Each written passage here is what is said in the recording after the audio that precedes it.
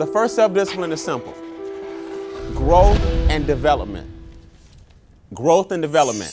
That's where you want to stay. You want to stay in the growth and development stages.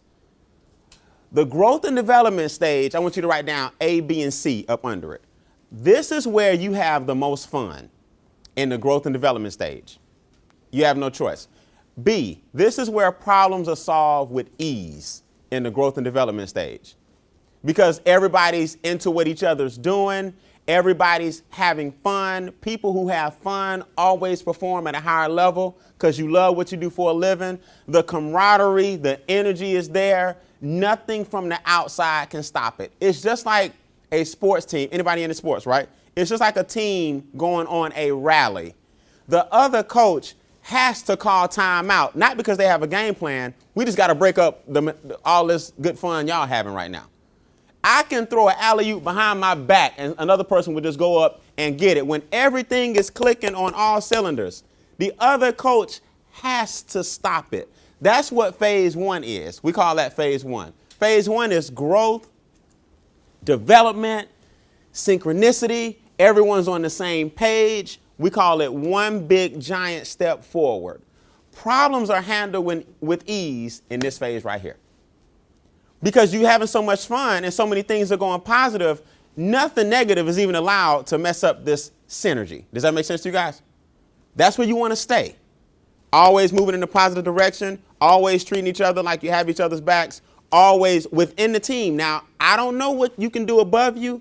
I don't know what you can do below you, but I know what you can do with each other. That's important. And C, in the growth and development stage, this is where you want to stay. This is where you want to stay. Always evolve, always grow, always develop, always have fun. People don't quit things they enjoy doing. People don't quit things they enjoy doing. Here's the problem, and it's inevitable. Phase two, it's called management mode.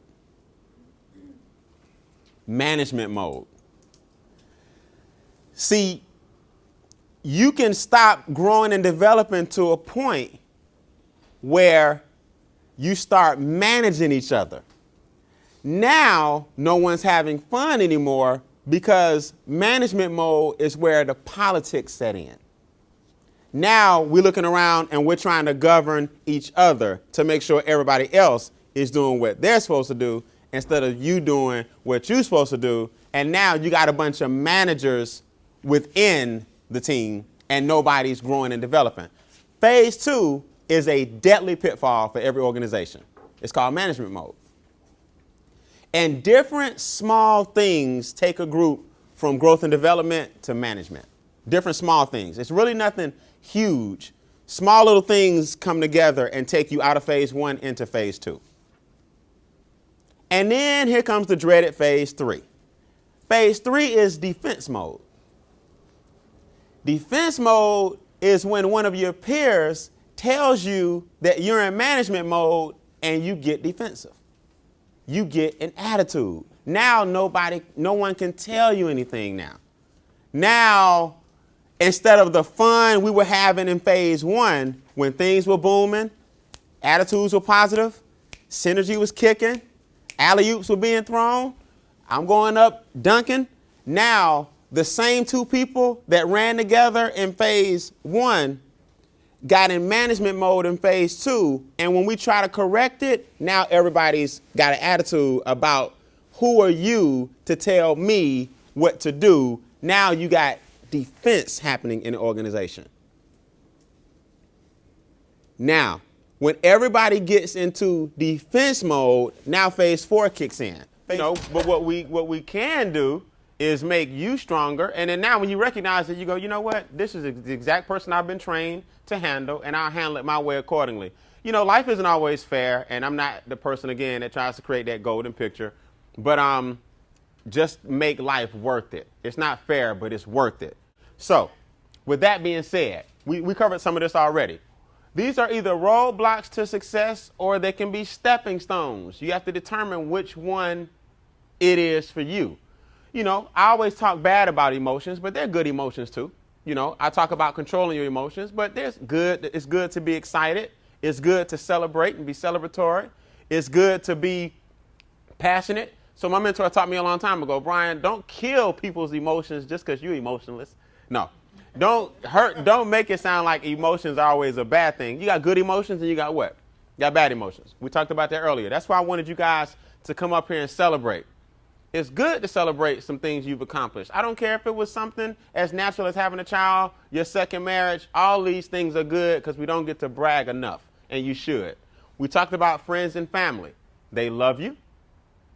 They think they mean well, but a lot of times they are the detriment to your success, not on purpose, but because they don't have the personal growth and self-development that you have.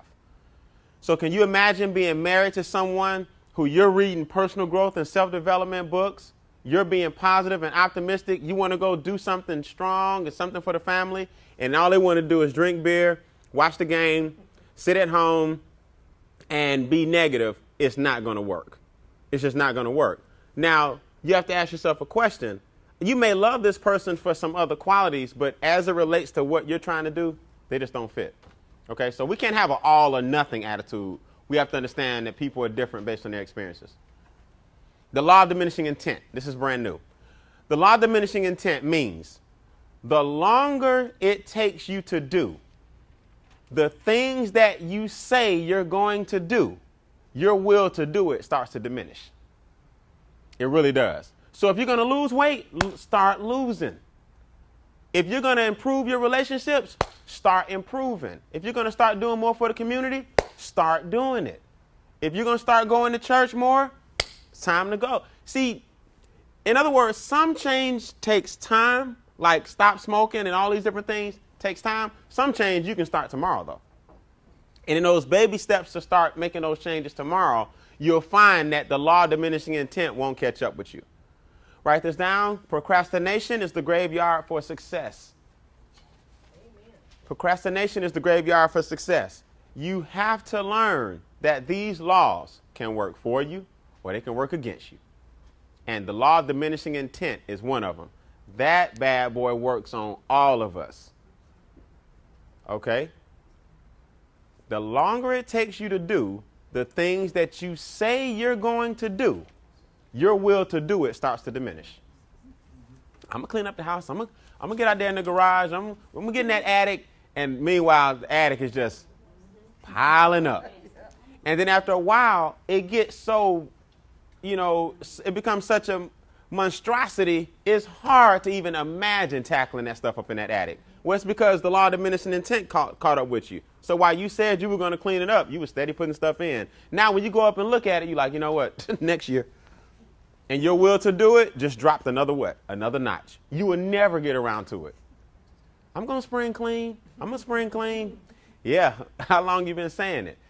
In other words, guys, and I'm going to get into this in a second. When you think of something, do it. You'll be shocked. That's the number one thing to build your self-confidence. When you think of something, do it. You may not be able to walk 3 miles today, but you can walk 4 laps around the track. It's usually 1 mile. You can walk 1. But it starts with 1 lap. So when you think of something, just do it. Start doing it. You will be shocked. Write this down.